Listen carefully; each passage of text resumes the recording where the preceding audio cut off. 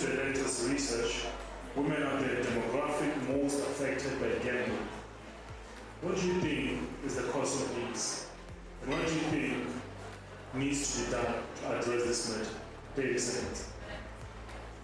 Please do allow me to speak from a perspective of a mother. I think mothers do have pressure that comes as financial stress. As a mother myself, I do understand that times when you're thinking, if only my child can eat. So I think one of the ways we can cap this is providing financial literacy that may come in forms of educating mothers on how to save, invest, and also build on whatever income they have.